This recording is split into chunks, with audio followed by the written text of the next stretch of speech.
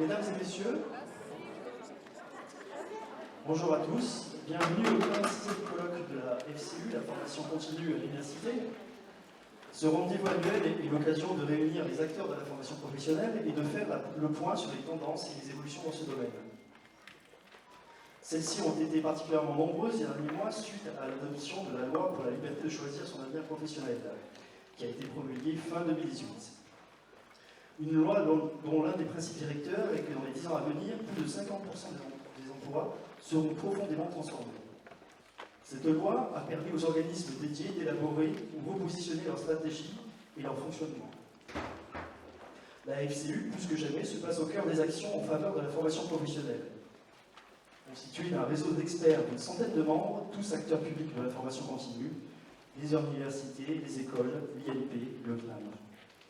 Parmi ces nombreuses missions, la FCU s'attache principalement à faire circuler l'information sur la formation continue à l'université, la réglementation, les projets, les événements.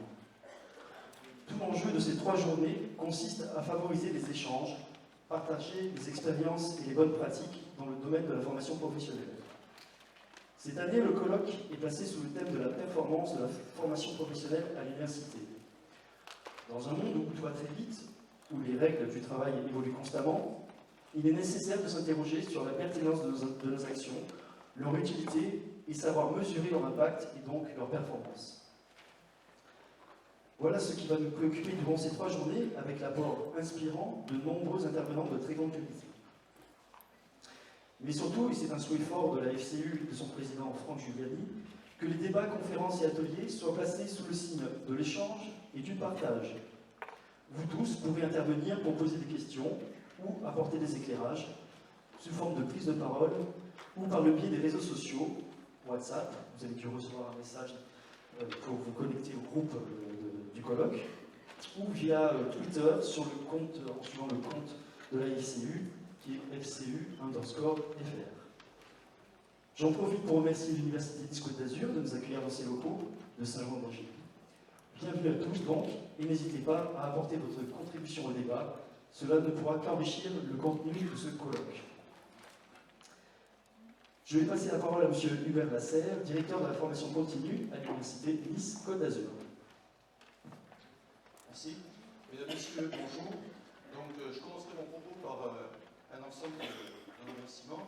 Tout d'abord, naturellement, la formation continue universitaire, la FCU, et son président, Franck Giuliani, pour la confiance qui nous a été accordée de manière à organiser ce colloque pendant ces 3 journées, qui j'espère seront tout à fait instructives pour chacun.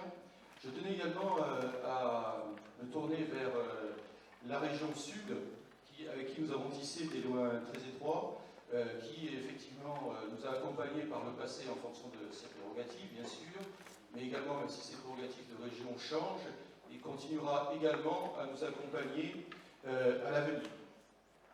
Remercier à la fois pour la participation lors du colloque demain, mais aussi tout au long des interactions que nous pourrons avoir avec les mondes professionnels, eh bien l'Union pour l'entreprise des Alpes-Maritimes, l'UPE06, l'Union patronale du département et l'Union des industries et métiers de la métallurgie, l'UMM. Donc Daniel Cessy participera aux tables rondes demain. Le soutien du réseau des IUT, représenté ce jour par Madame Olivia Roux, responsable du service relation entreprise de l'IUT, et représentant donc Jean-Christophe Boisse, directeur de cet institut. Remercier également une coopération de longue date avec Formasup, le CFA Épure, Marseille, dont je tiens tout particulièrement à saluer la directrice Denis Sionneau et à travers la présence ce jour de Nadège Mizerlian dans l'assistance. Le soutien également direct d'un ensemble de communes du département. Nous avons commencé depuis ma prise de fonction au 1er septembre 2018 un ensemble de contacts, en particulier avec la commune de Carrosse, la commune de Cannes, pour ne citer qu'elle pour l'instant, sur vraiment les relations que nous avons avec Nice, la métropole. Des collaborations avec les acteurs privés, entre autres Nice Matin, nous accompagne sur la communication, mais également des relations avec des entreprises. Amadeus, avec la Deep Learning School que nous effectuons avec eux depuis de nombreuses années. Le monde de l'entreprise avec tous les stages, contrats d'apprentissage, contrats de professionnalisation que nous réussissons à mettre sur pied grâce à elle tout au long de l'année. De façon plus technique, le service logistique du pôle universitaire Saint-Jean-d'Angély, qui est supervisé par Eric Nazika, qui est également le doyen de l'ISEM, l'Institut supérieur d'économie et de management, l'appui du service de communication de l'Université Côte d'Azur et naturellement mon équipe qui s'est pleinement investie tout au long de cette préparation. Mon propos va également vers quelques points permettant de brosser un tableau rapide de la formation continue de l'Université Côte d'Azur, l'Université de Nice-Sophia Antipolis. Cette université représente 7 UFR, 3 instituts, 2 écoles, 29 400 étudiants pour 5 000 stagiaires, ce qui représente près de 17% de la population étudiante et qui montre bien l'attractivité de nos formations pour la population active, que ce soit des personnes qui ne connaissent pas l'université qui nous font confiance pour être formées, mais également très souvent d'anciens étudiants qui viennent nous rejoindre pour compléter leurs compétences et asseoir leur sécurité professionnelle et leur efficacité professionnelle. Cette formation continue, eh bien, c'est également ces validations d'acquis d'expérience. Pour information, sur la dernière, 266 dossiers, 101 accompagnements, 125 soutenances, 113 acceptations totales ou partielles. Également en chantier le fait de modifier la structure de cette VAE afin de la rendre compatible avec l'évolution de la loi Avenir professionnel du 5 septembre 2018. Son DAEU permettant d'obtenir un niveau baccalauréat à 170 stagiaires par an. Une activité pour l'instant initiée et en cours de développement concernant la formation à distance à travers 2 diplômes, mais aussi là aussi nous retrouvons à distance ce DAU. Donc la mise en place de la négociation en cours sera la mise en place de tiers-lieux de manière à étendre cette activité. À cela, en dehors de la formation continue, nous pouvons ajouter en cadre professionnalisant 800 apprentis répartis en 28 formations avec une croissance de 30% sur les 4 dernières années. Tout ça souligne donc un ancrage territorial fort sur le département. L'université s'étend depuis Menton jusqu'à Cannes, Nice, Sophia Antipolis, la plaine du Var, mais aussi grâce à l'enseignement à distance, et bien un rayonnement qui est à la fois national et également international. Naturellement, il est en projet d'étendre ce rayonnement. Cet ancrage est complété par des formations d'excellence et des pôles d'excellence, par exemple en digital et développement durable à travers l'INRED, ou les arômes et parfums, donc plutôt dirigés vers le pays Grasso. Pour clôturer ma courte présentation, donc l'université de Nice a été créée en 1965. Actuellement, elle se distingue par 2 entités. D'une part, l'université de Nice-Sophia Antipolis, qui propose des formations classiques, et d'autre part, la COMUE Université Côte d'Azur. Et donc, au 1er janvier 2020, il y aura fusion de ces 2 entités, ce qui permettra, en tant que directeur de la formation continue, eh bien, de lier, d'une part, la formation continue classique, basée sur les financements, les contrats, etc., mais également une formation continue, rajouter ce volet de formation continue concurrentielle, qui actuellement est plutôt développée au niveau de la COMUE Université Côte d'Azur. Donc, gageons que cette réorganisation sera la source d'un épanouissement nouveau pour, d'une part, au profit des entreprises et des usagers, et bien sûr pour l'ensemble de la communauté universitaire. Merci, M. Bassel.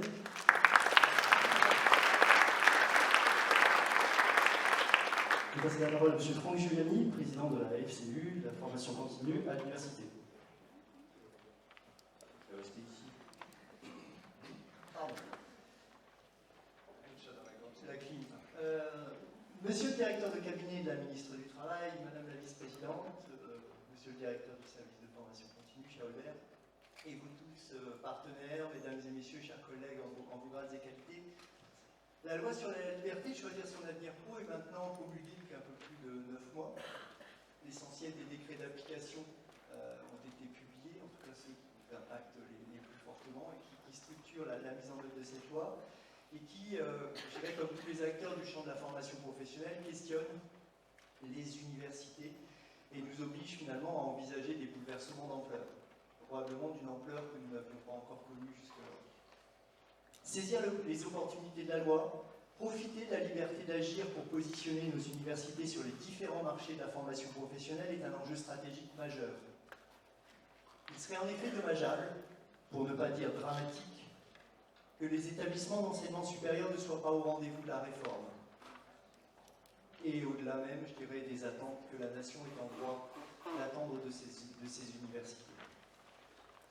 S'il est aujourd'hui acquis que nous acceptons collectivement et prenons en compte les nouvelles règles du jeu, je pense que nous avons fait preuve de beaucoup de maturité en étant en capacité finalement de comprendre et de prendre suffisamment de distance pour décrypter les enjeux de cette loi et puis effectivement d'en accepter les règles et contraintes dans un marché qui se dérégule et qui se libéralise.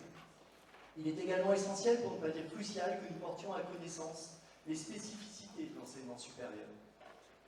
Et ce, quoi qu'on puisse en dire, non pas dans un objectif d'aboutir à des dispositions dérogatoires qui finalement nous desserviraient sur ce marché dérégulé, mais bien plus car les codes de l'éducation, les codes du travail ou encore les codes de la consommation qui régissent ou encadrent nos activités nous mettent parfois en difficulté. Pourtant, je suis assez convaincu, à travers les nombreux débats et initiatives conduites notamment par la conférence des présidents d'université, que nos présidents et leurs équipes mesurent aujourd'hui pleinement les enjeux et impacts de la réforme de la formation professionnelle. Et très certainement, je dirais, j'espère que c'est un peu grâce au travail que les uns et les autres nous conduisons dans nos établissements, mesurent aujourd'hui les opportunités à saisir. Et j'en voudrais pour preuve tout le débat qui nous a animés durant les derniers mois autour de l'alternance, autour de l'intégration dans le volet de la loi de l'apprentissage dans le champ de la formation professionnelle et finalement de cette opportunité qui se présente à nos établissements et à l'enseignement supérieur de pouvoir finalement continuer à être moteur dans le développement de l'apprentissage et de l'alternance dans ce pays.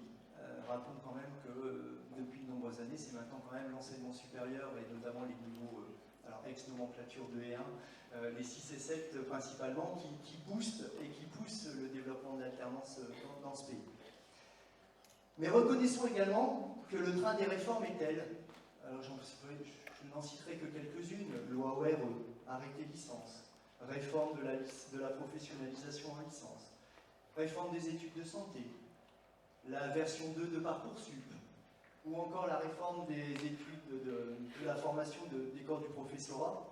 Autant de réformes sur le champ de la formation qui, je dirais, concentrent énormément d'énergie dans nos universités et amènent finalement de façon inéluctable nos présidents et leurs équipes à faire des choix, à prioriser ou à gérer les urgences et peut-être parfois à négliger un peu ou en tout cas à ne pas pouvoir concentrer les efforts que nous souhaiterions qu'ils consacrent au développement de nos problématiques en matière de formation professionnelle. Je reste cependant optimiste dans notre capacité à muer dans nos organisations, qu'elles soient pédagogiques, administratives ou financières. Et c'est également l'évolution très positive des relations partenariales développées avec les services de votre ministère, le directeur de cabinet, qui m'incite à ces propos. En effet, à l'automne dernier, au cours d'un séminaire qui avait réuni les directeurs et directrices de services, nous étions à Saint-Raphaël et à l'issue de ce travail, nous avons produit un manifeste pour un positionnement des universités sur les marchés de la formation pro. Cédric Puitbois était intervenu et les collègues avaient beaucoup insisté sur l'impérieuse obligation d'intensifier les liens avec les services de la DGEFP. Et les derniers mois ont permis de conforter ces relations, ces liens, et de partager nos problématiques en tentant d'y apporter des solutions adéquates. La qualité d'écoute, la transparence dans les choix, en tout cas dans les chemins et les possibles, et éventuellement la volonté, en tout cas, de co-construire des réponses adéquates, avec l'ensemble des partenaires, se retrouve effectivement dans le cadre des services de la DGEFP, mais aussi avec les partenaires. Les partenaires que sont France Compétences, que sont aujourd'hui la commission de la certification professionnelle avec laquelle, je salue la présence aussi de Christine sur les services de la DGSIP.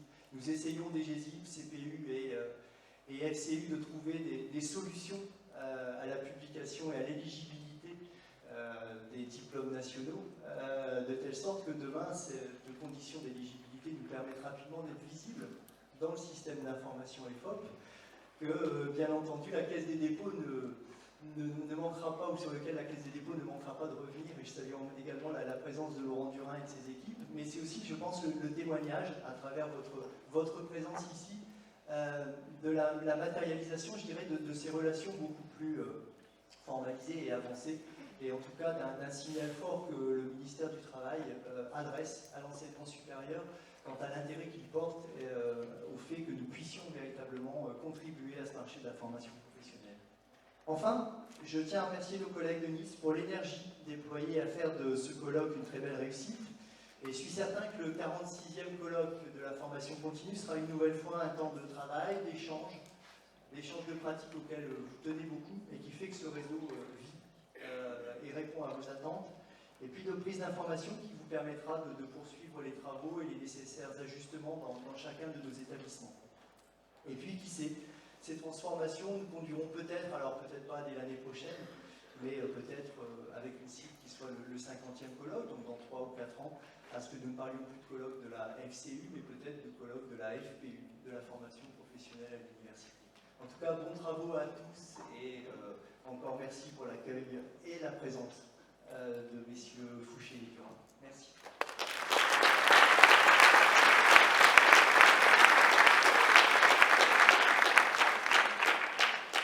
Merci monsieur Tugali.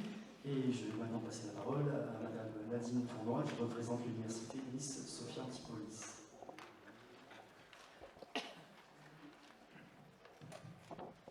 Bonjour à tous. Tout d'abord, merci d'être avec nous aujourd'hui, déjà si nombreux, même si on entend participants sans doute plus tard dans la soirée et à partir de demain matin. Merci à tous les partenaires qui ont été significativement cités par mon collègue Hubert Lasserre. Merci, monsieur le directeur de cabinet, d'être avec nous ce soir. Merci aux représentants de la DGSIP d'être avec nous également. Merci à tous.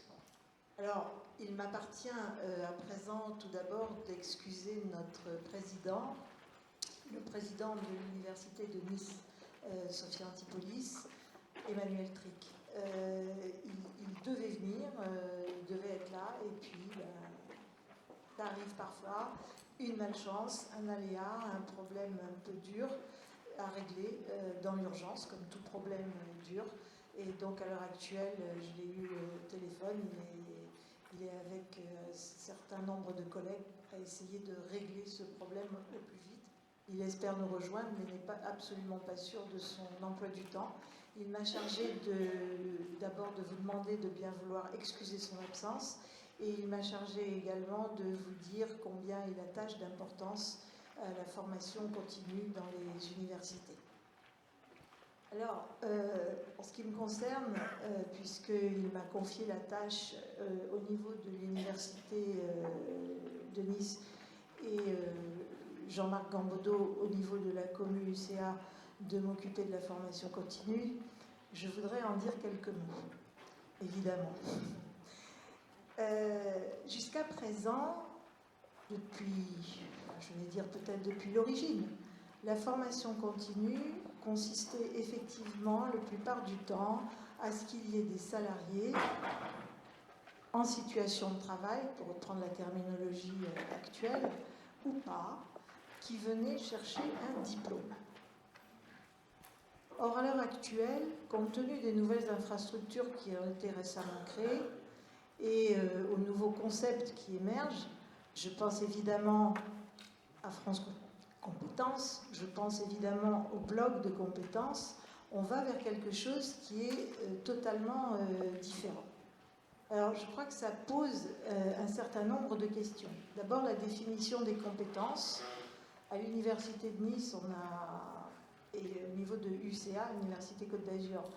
On a beaucoup déjà travaillé sur le sujet et manifestement aujourd'hui, il y a j'allais employer un terme anglo-saxon, un misunderstanding, il y a un léger problème d'adéquation entre la définition classique des compétences, telle qu'on l'entend dans l'enseignement supérieur jusqu'à présent, et ce que l'on entend au niveau des entreprises partenaires, je vais dire du ministère du Travail et des entités relevant des différentes filières économiques.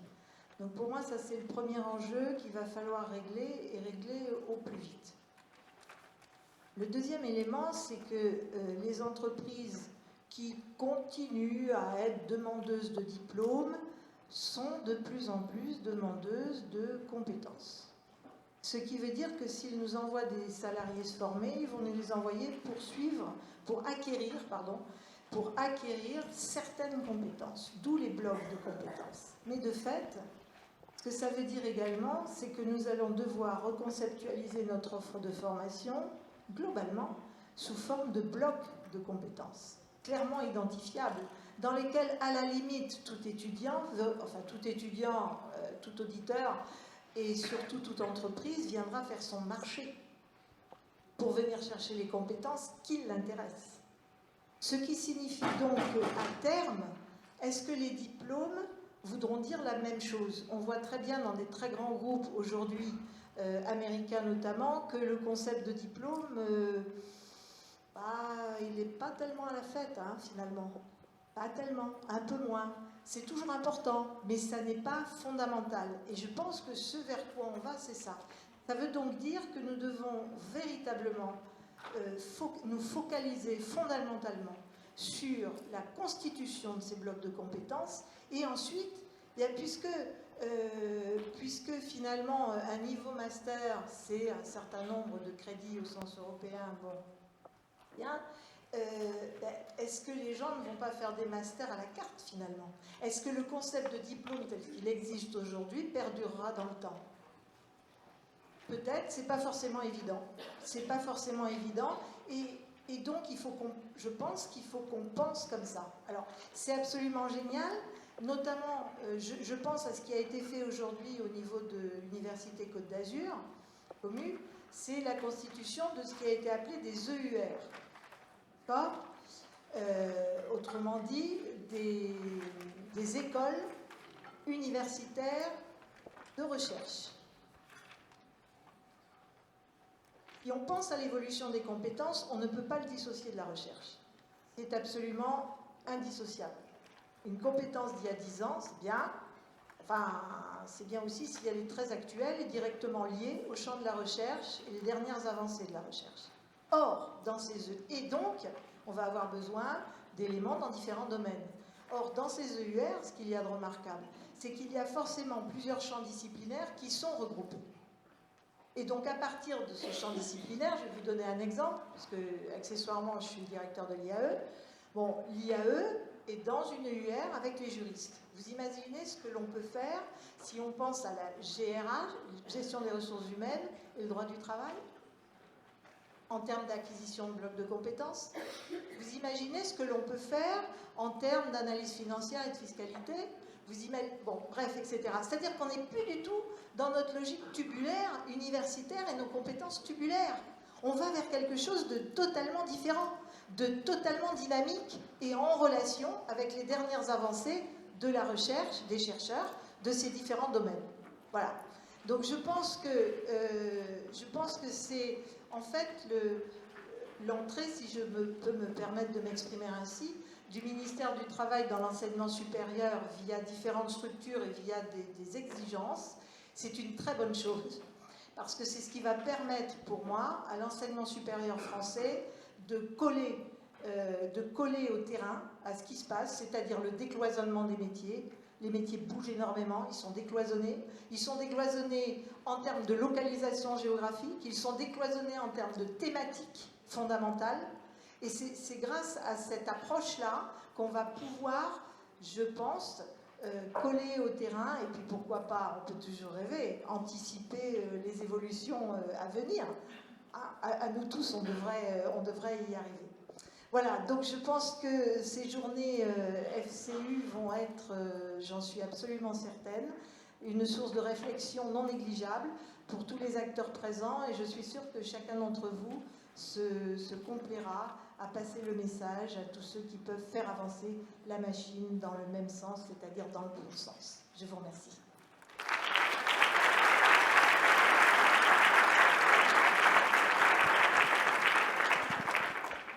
Merci Madame Tournoy. Sans transition, nous allons passer à la première conférence.